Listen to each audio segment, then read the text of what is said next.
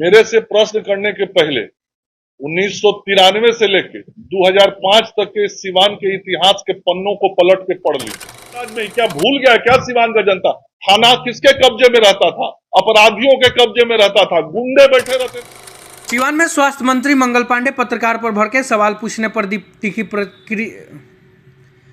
सिवान में स्वास्थ्य मंत्री मंगल पांडे पत्रकार पर भड़के, सवाल पूछने पर दी तीखी प्रतिक्रिया। प्रेस की आज़ादी पर बहस। नमस्कार, मेरा नाम आदित्य सिंह है, आप VPS न्यूज़ देख रहे हैं। बता दें कि बिहार के सिवान जिले से इस वक्त की बड़ी राजनीतिक खबर सामने आ रही है, जहां सूबे के स्वास्थ्य एवं विधि मंत्री मंगल पांडे चुनावी साल में सरकार की उपलब्धियां गिनाने पहुंचे थे। वही एक पत्रकार द्वारा अपराध को लेकर के पूछे गए सवाल पर मंत्री जी इस कदर भड़क उठे कि उन्होंने पत्रकार को ही इतिहास पढ़ने की नसीहत दे डाली। मंत्री के इस व्यवहार से प्रेस की स्वतंत्रता और लोकतंत्र में सवाल पूछने के अधिकार को लेकर के बहस छिड़ गई है।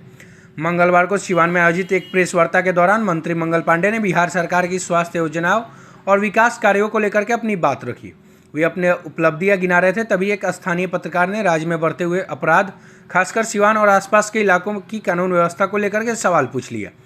मंत्री जी सवाल सुनते ही असहज उठे और जवाब देने के बजाय पत्रकार को टोकते हुए बोले, पहले 1993 से 2005 का इतिहास पढ़िए, फिर सवाल पूछिए। इतना ही नहीं, मंत्री जी का लहजा अचानक तीखा हो गया और उन्होंने पत्रकार की ओर उंगली उठाते हुए सवाल को पूरी तरह टाल दिया। उनका यह व्यवहार प्रेस वार्ता में मौजूद सभी लोगों को चौंका गया। मंत्री मंगल पांडे ने आगे अपने जवाब में कहा, 2005 से पहले जब वे ट्रेन से हाजीपुर से सिवान आते थे तो लोग शाम 6 बजे के बाद स्टेशन से बाहर निकलने से डरते थे। नेताओं के घर अपराधी रहते थे, लेकिन पुलिस कार्रवाई करती थी और अपराधी पकड़े जाते थे। यहीं पर उनके बयान में बड़ा विरोधाभास भी सामने आया। आमतौर पर भाजपा और NDA के नेता राजद शासनकाल को अपराध का स्वर्ण युग बताते हैं, जंगल राज बताते हैं, जहां पुलिस थानों पर अपराधियों का कब्जा बताया जाता है। लेकिन मंगल पांडे के इस बयान से यह साफ हो गया कि उस वक्त प्रशासन सक्रिय था और अपराधियों पर कार्रवाई होती थी। सवाल यह है कि अगर पुलिस कार्रवाई करती थी तो फिर उस दौर को अराजक कैसे ठहराया जाता है, उस दौर को जंगलराज कैसे ठहराया जाता है। मंत्री का तीखा व्यवहार लोकतंत्र के चौथे स्तंभ यानी पत्रकारिता के अधिकारों पर बड़ा सवाल खड़ा करता है। क्या अब सवाल पूछने से पहले पत्रकारों को योग्य इतिहास पढ़ना होगा? क्या मंत्री से जवाबदेही मांगना अपराध है?